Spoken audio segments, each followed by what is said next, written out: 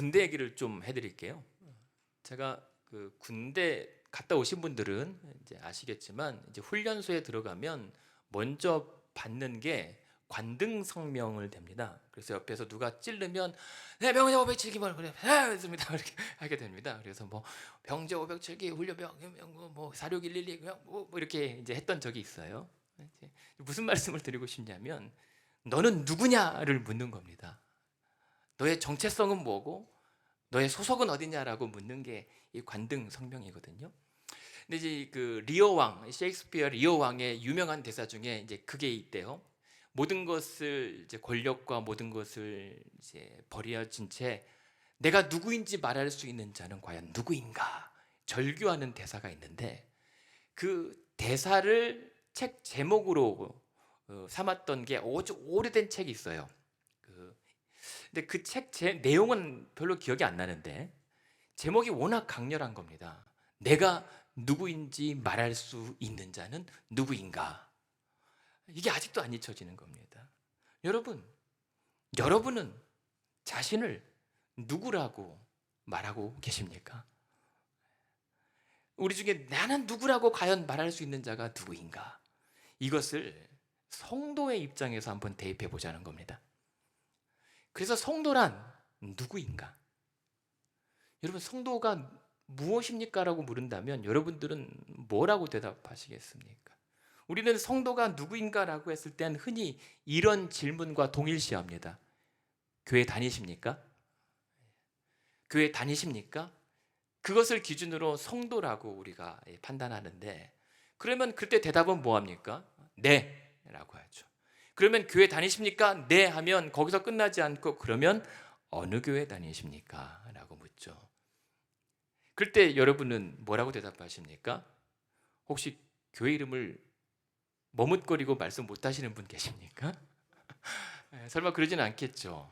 네, 저는 가나안 다닙니다 라고 얘기합니다. 그러면 그때부터 또 대화가 이어집니다. 반응이 이어지죠. 아유, 참 좋은 교회 다니시네요. 아니면 아이고 나도 거기 다닌 적이 있는데, 혹은 거기서부터 어쩔 때는 기대했던 답이 아니라 거기요? 어디인가요? 라고 묻거나 아니면 왜요? 라고 말할 때가 있단 말입니다. 그러니까 여러 가지 답변 가운데 이제 교회 다니는 것으로 우리가 성도됨을 규정할 때가 있습니다. 그런데 과연 그것으로 다일까? 우리는 교회 다닐 때 또 궁금한 게 그것입니다. 직분이 뭡니까? 아유, 저는 뭐 집사입니다. 혹은 권사입니다. 장로입니다. 아니면 목사입니다. 라고 답변하는데 어떤 분들은 아유, 저는 그냥 아무것도 아닙니다. 그냥 평신도입니다. 아니, 평신도를 뭔가 이 죄스럽게 생각하는 분들도 계세요. 근데 과연 그게 맞을까요? 그래서 오늘 사실은 이제 9월을 맞이해서 내년을 준비하잖아요, 우리 교회가. 그러면서 우리 교회가 올 한 해 희년을 맞이해서 지난 8월까지의 모든 이 사역들을 돌아보고 점검하고 성찰하고 반성하고 내년을 보완해서 나가는 가운데 그 출발점이 무엇이어야 되는가? 그 첫 질문이 과연 성도란 무엇인가? 누구인가라고 하는 이 질문부터 점검하는 것이 필요하다라고 하는 생각이 듭니다.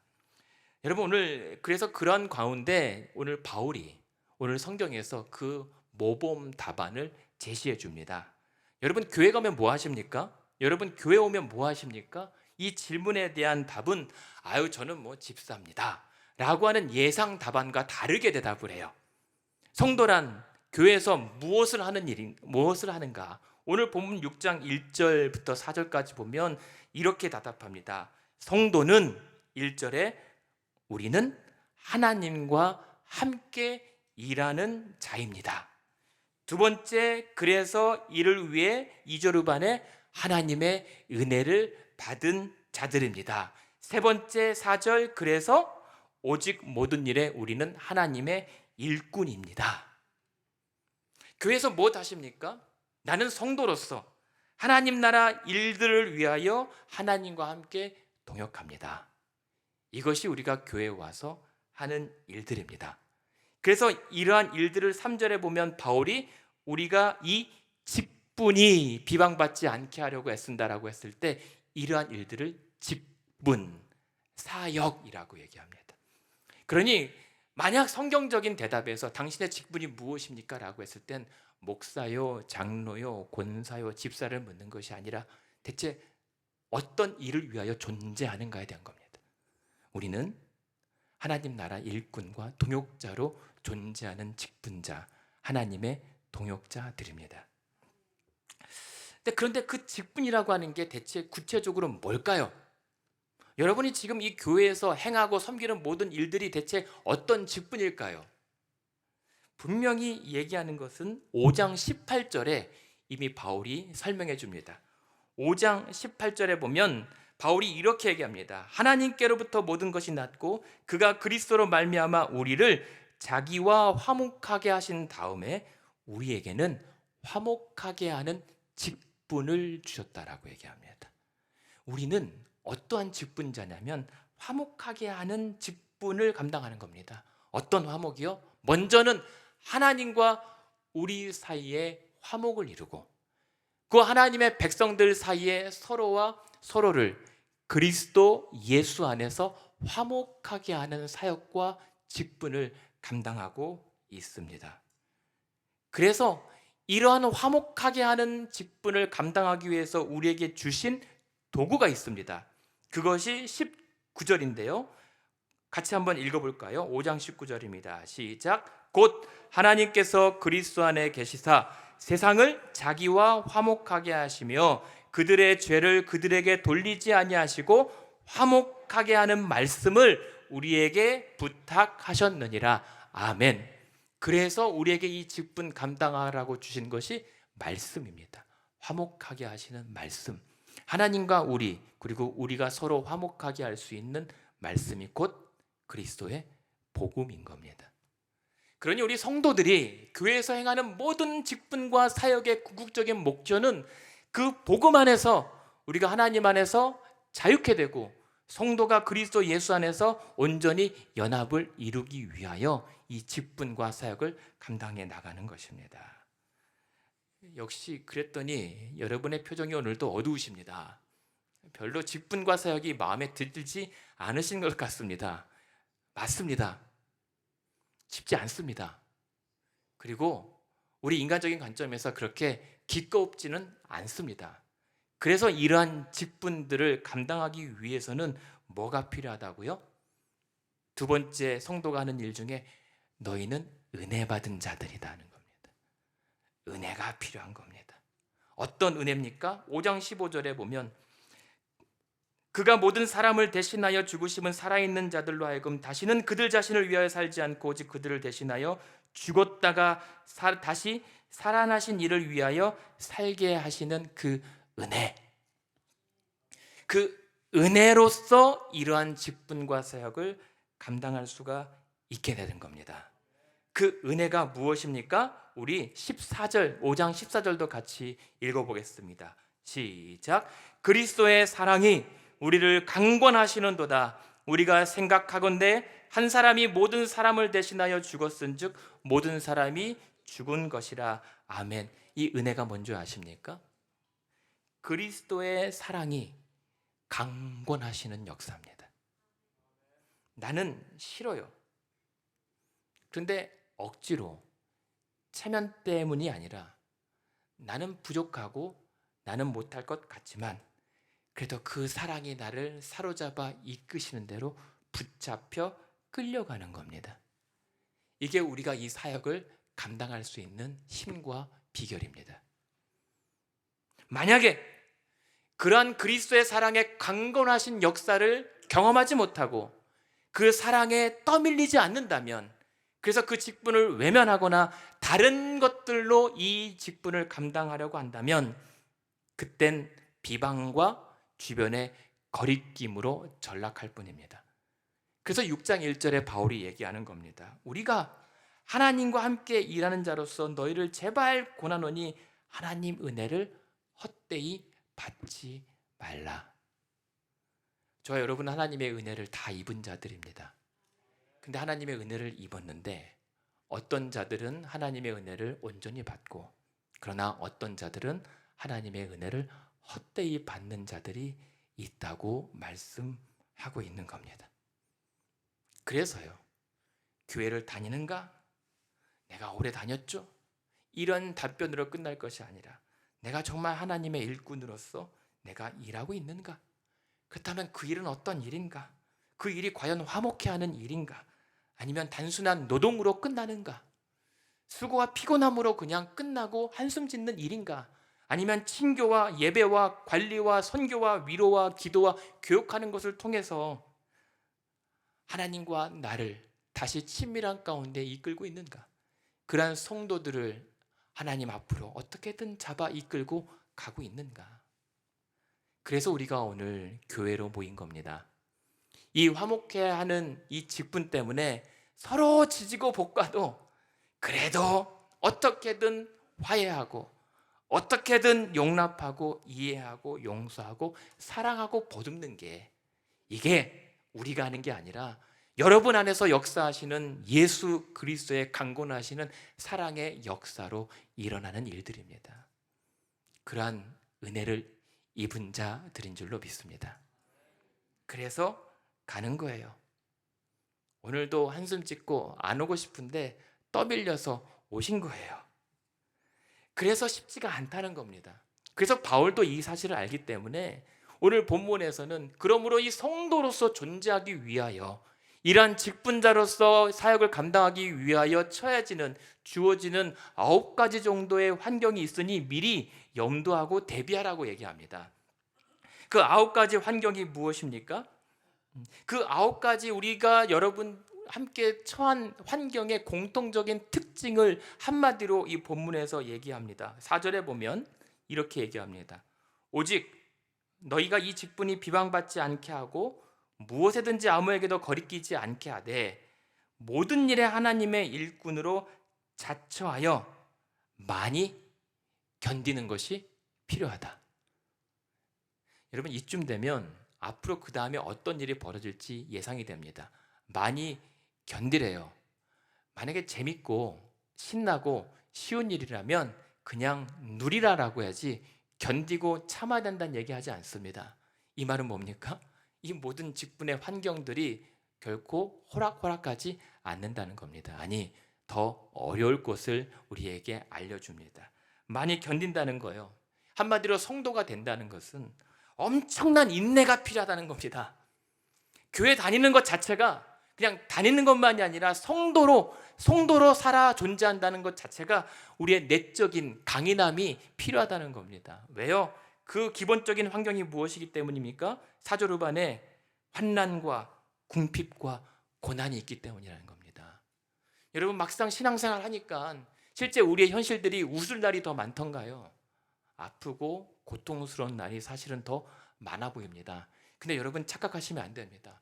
교회 다녀서 힘든 게 아니라 원래 우리 인생이 고난과 궁핍과 시련입니다. 그러한 환난의 인생에서 주님이 우리를 만나 주신 거거든요.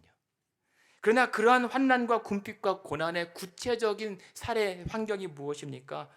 5절에 보면 그래서 매를 맞고 때로는 갇힌 듯 갑갑하고 그래서 난리와 난동을 겪기도 합니다.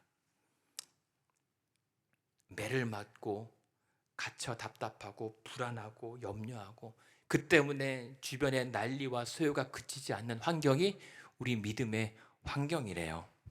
여러분, 교회 다니면서 내가 성도라고 할 때 이 정도 맷집 생겨야 된다는 말입니다.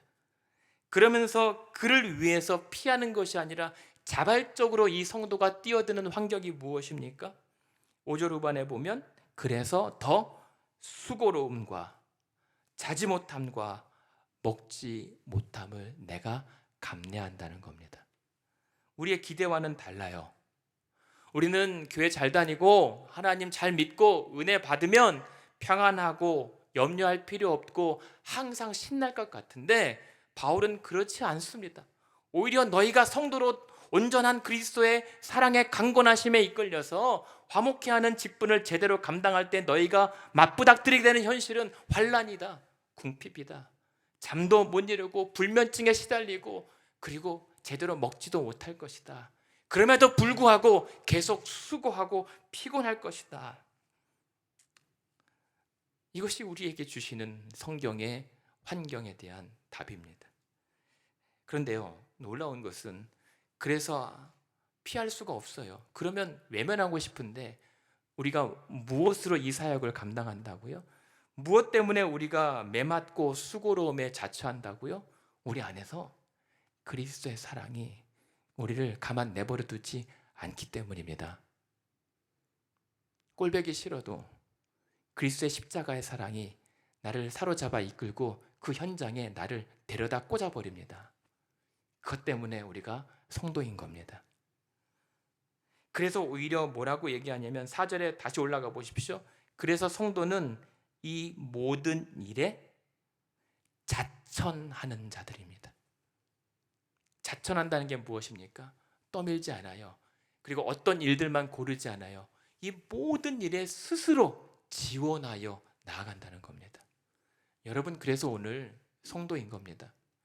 누가 떠밀리고 가자고 처음에 교회 나왔을지 모르지만, 그러나 원래 여러분 안에, 우리 안에서 역사하시는 주 예수의 사랑에 떠밀려서 여기까지 성도로 살고 있게 된 것입니다. 그래서 주신 것이 무엇입니까? 이러한 환경 때문에 우리에게 반드시 필요한 것이 은혜인 겁니다. 은혜 없이는 우리는 성도가 될 수가 없습니다. 은혜를 왜 주신 줄 아십니까? 은혜는 우리가 이거 큰일 날 뻔했다라고 겨우 피해서, 위기와 위험을 피해서 받은 게 은혜가 아닙니다.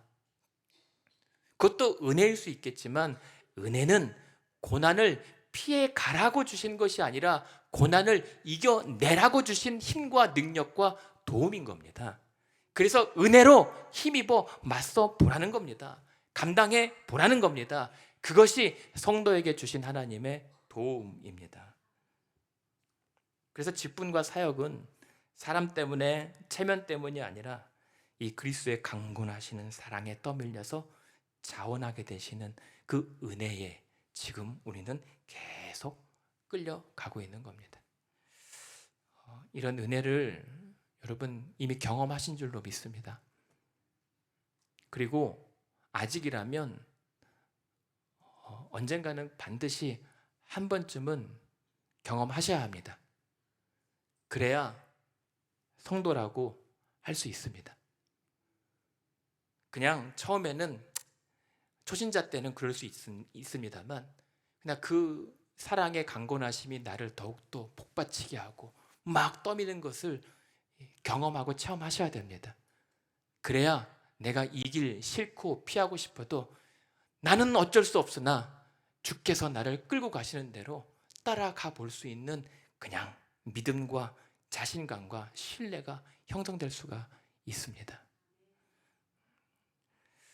그 가운데 여러분, 그 은혜를 어떻게 체험했는지 어떻게 알 수 있을까요?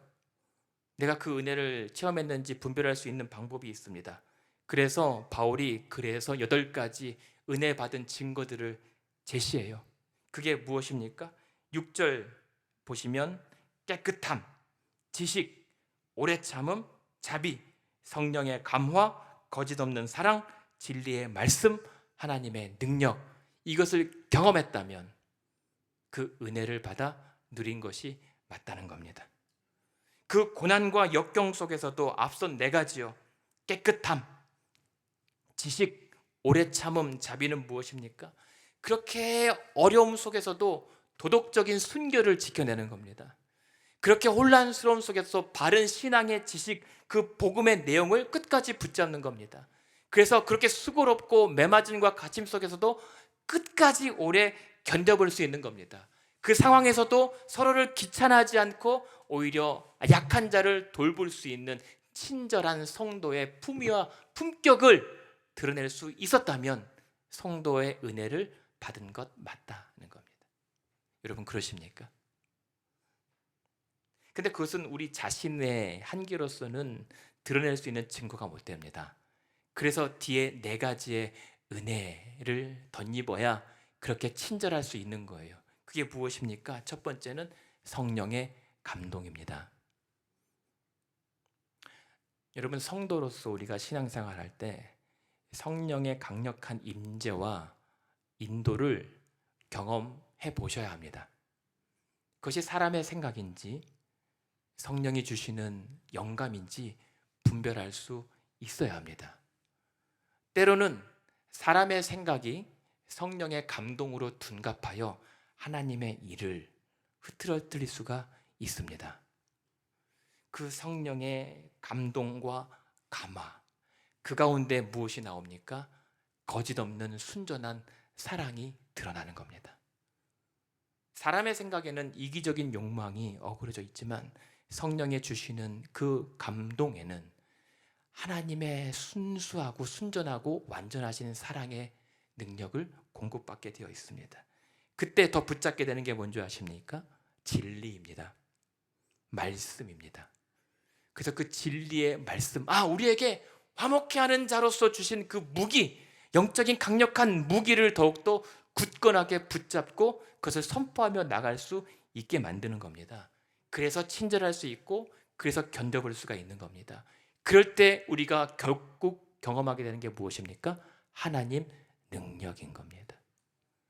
하나님의 능력을 경험하셔야 합니다. 그리고 지금도 누리고 계셔야 합니다.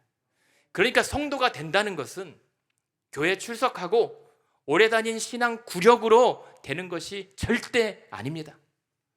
말씀드렸잖아요. 우리는 어쩌면 교회 너무 오래 다녀서 그게 더 심각한 문제라고.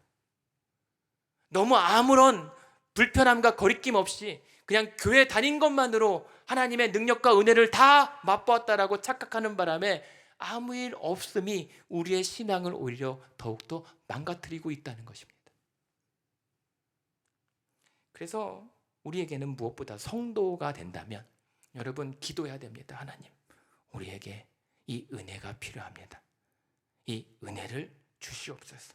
하늘로부터 하나님으로부터 주시는 이 성령의 감동과 그 하나님의 놀라우신 능력들과 말씀과 사랑을 덧입혀 주셔서 내 삶 가운데서도 오래 참음과 도덕적인 순결과 친절을 베풀게 하여 주시옵소서. 성도로 살게 하여 주시옵소서. 기도해야 합니다. 이런 은혜 언제 받을 수 있습니까? 어렵지 않습니다. 그냥 앉아서 기도만 한다고 되진 않습니다. 물론 기도할 때 주시기도 합니다만 오늘 본문은 7절에 보면 뭐라고 합니까? 진리의 말씀과 하나님의 능력으로 의의 무기를 좌우에 삼고 나갈 때. 언제입니까? 내 삶은 내 힘이 아니라 하나님의 도우심과 하나님 손에 붙잡혀 살아드릴 때, 그 의의 삶을 살아드릴 때 이러한 하나님의 강력한 능력과 은혜를 경험할 수 있게 되는 것입니다. 그럴 때 8절에 보십시오. 우리가 영광과 욕됨으로 그 모든 성도의 직분을 감당해 나갈 때 이러한 역설적인 은혜를 경험하게 됩니다. 영광과 욕됨이란요, 성도로 살아간다는 것은요, 사실은 서럽고 억울함이 더 많은 환경입니다. 그런데 그 가운데서도 하나님의 영광과 그 하나님의 은혜를 맛볼 수 있는 것이 하나님 성도들의 특권이고 특혜입니다. 여러분, 그런 은혜 경험하셔야 돼요. 눈물 나고 속상하고 답답하고 화가 나는데 그때 하나님의 영광 그리고 하나님의 아름다우심을 묵상할 때, 그 하나님의 말씀을 내 읊조릴 때에 주어주시는 놀라운 기가 막힌 하나님의 역설적인 은혜와 그 공급된 능력을 맛보셔야 돼요. 그랬을 때 우리는 8절 후반에 악한 이름과 아름다운 이름으로 끝까지 이 직분과 사역들을 감당할 수 있습니다. 여러분, 교회 다닌다고 세상과 다른 방법으로 살 때 우리는 세상으로부터 악한 자가 될 수 있습니다. 그럼에도 불구하고 그런 악한 이름조차도 감수하고 오해와 비난 속에서, 그러나 반드시 하나님께서 우리 모든 성도들에게 얻게 하실 이름은 아름다운 칭찬과 명예라는 겁니다. 그래서 한번 우리가 오늘도 버텨볼 수 있는 거예요. 이 산 증인이 누굽니까? 바울이잖아요.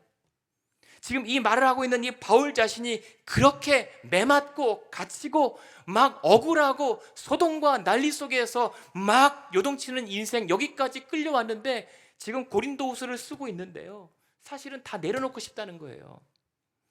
그냥 고린도 교회를 위해서 수고했고 헌신했는데 돌아오는 것은 오해와 핍박과 비난이란 말입니다. 그래서 고린도후서 전반에 보면 다시는 내가 너희를 향하지 않을 것이다, 다시는 너희를 보지도 않겠다라고 했다가 그러나 눈물로 다시 고린도 교회 성도 너희들에게 편지를 쓴다라고 한 내용이 고린도후서예요. 왜 그런 줄 아십니까? 바울이 왜 그래도 포기하지 못한 줄 아십니까? 그리스도의 사랑이 바울 속에서도 강건하심으로 역사하고 있었기 때문입니다. 다르지 않아요. 우리랑 똑같습니다. 그러면서 바울 자신이 매맞고 갇히면서 지금까지 누려왔던 은혜와 노하우를 지금 얘기하는 겁니다. 은혜를 원하는가? 그럼 하나님의 의의 무기로 살아라. 영광과 욕됨을 두려워하지 마라. 악한 것과 아름다운 이름을 동시에 가질 수 있는 성도의 품이 필요하다는 겁니다. 그러한 성도 되시길 원합니다. 이러한 은혜가 필요합니다. 그것이 성도입니다. 그래서 이러한 내용을 기반으로 성도란 과연 무엇인가? 라는 질문에 모범 답안을 제시해요. 그게 오늘 우리가 함께 읽었던 9절과 10절입니다. 우리 다시 한번 같이 읽어볼게요.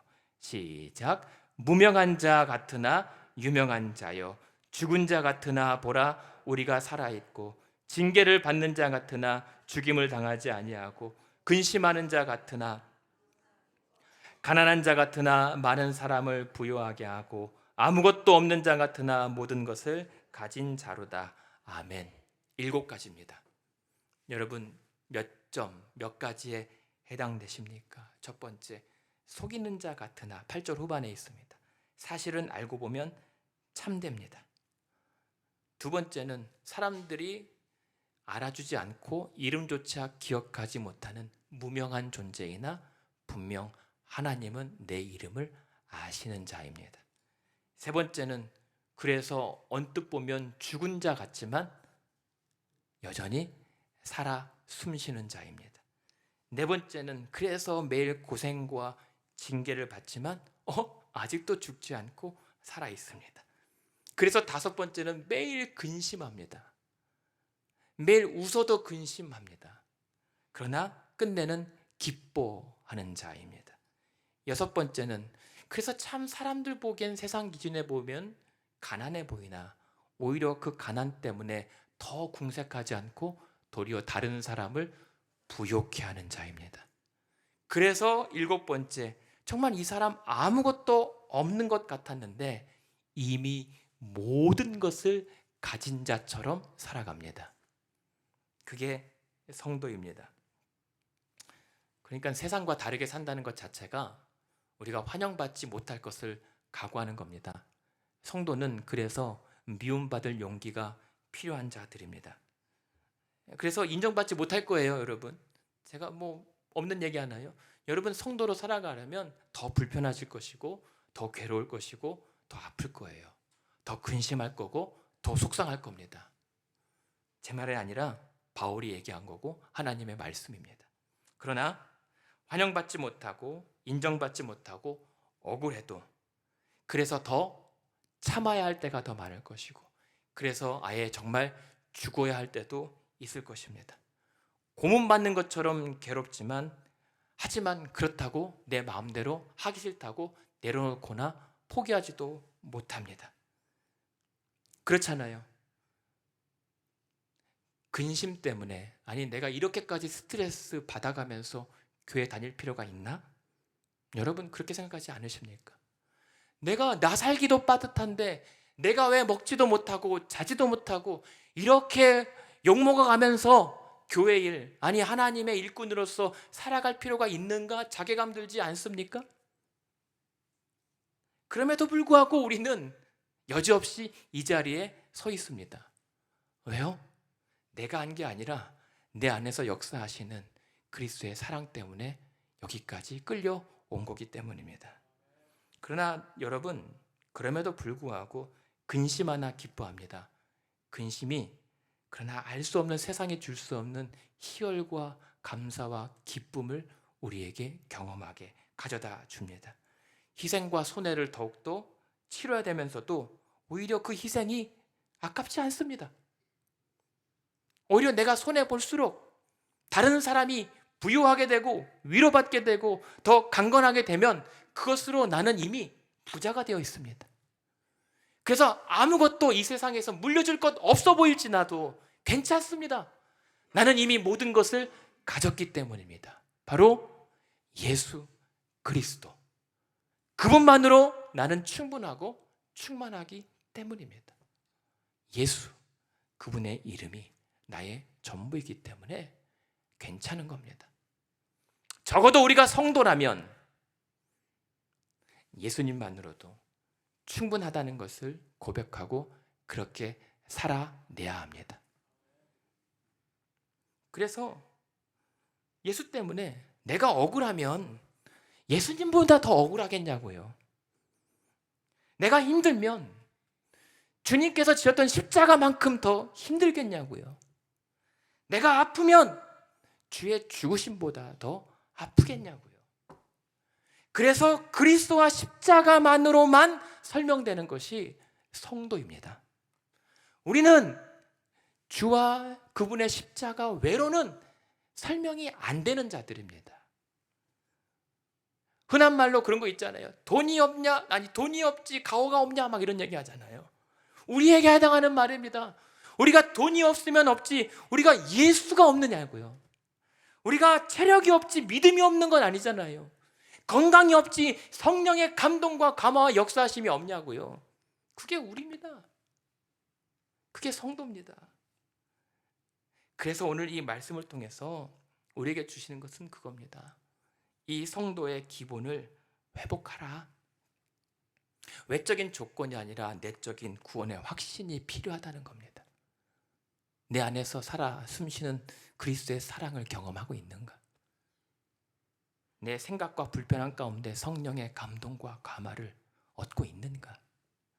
그래서 오늘도 오래 참고 있는가? 그래서 서로 친절을 베풀며 화목해 하는 직분과 사역을 감당하고 있는 성도인가? 결론입니다. 백조가요 죽기 전에 평소에는 울지 않다가 죽기 전에 마지막 딱 한 번 운다는 전설이 있습니다. 사실과 좀 다르다고는 하는데 그만큼 이 백조의 노래가 아주 아름답기 때문에 이제 슈베르트의 그 유적들을 모아서 이 백조의 노래라고 하는 이 음반도 나오잖아요. 근데 제가 이제 오래전에 신대원 다닐 때입니다. 한 목사님이 신학교 와서 채플 때 설교를 하는데 그 설교가 기억이 났어요. 뭐냐면 이 목사님이 아주 유명해지긴 하셨지만 그때는 너무 가난해서 학비를 벌기 위해서 그러니까 새 파는 집에서 아르바이트를 했습니다. 근데 너무 서럽더래요. 남들은 그냥 도서관에서 공부할 때 나는 일하면서 이렇게 학비를 벌면서 신학 공부를 하는 게 너무 조금 속상했는데 근데 그때 진짜 이분이 백조가 우는 소리를 들었대요.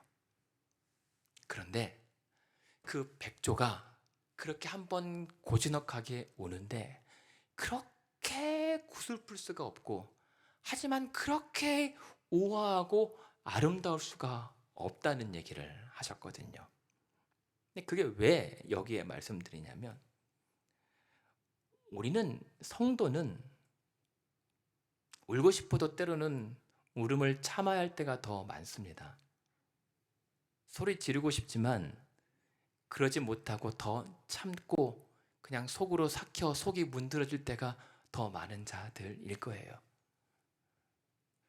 하지만 그래도 우리가 마지막 이 땅에서 마지막 주께 나아가면서 부르게 될 노래는 다를 것이란 말입니다. 정말 아름답고 영화롭고 존귀하고 우아할 것이란 말입니다. 실제 이 성도의 노래라고 하는 찬양도 있어요.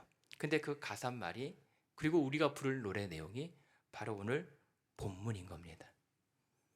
우리들의 현실은 환난과 궁핍과 고난이고, 그 때문에 평안보다는 매맞고 갇히고 난리를 겪으면서도 오늘도 그리스도의 사랑에 강건하심에 이끌려서 그 모든 일에 도리어 더 자천하며 섬겨나갈 때, 수고하며 자지 못하고 먹지 못하는데도 그 속에서 더이려 불만과 원망하는 것이 아니라 더 하나님 앞에 깨끗함과 바른 신앙과 오래 참음과 자비와 친절을 베풀면서 내 안에 역사하는 하나님의 능력, 성령의 감동과 거짓 없는 사랑과 진리의 말씀에 붙들려 경험되는 그 하나님의 능력으로 사는 자들임을 우리는 자랑스러워 하게 될 것입니다. 그래서 우리가 마지막 부를 노래의 그 후렴이 무엇입니까? 오늘도 우리는 속이는 것처럼 보여도 참되고 무명이어도 우리는 기억될 유명한 자요, 죽으나 살았고 징계받으나 죽지 않고 근심할지라도 마침내는 기뻐할 것이며, 가난하나 다른 사람을 도리어 부욕해 하고 아무것도 없지만 그러나 이미 나는 예수로 모든 것을 가진 자, 그게 바로 나요, 그리고 우리입니다 라고 말할 수 있는 성도 되기를 우리 주님의 이름으로 축원합니다.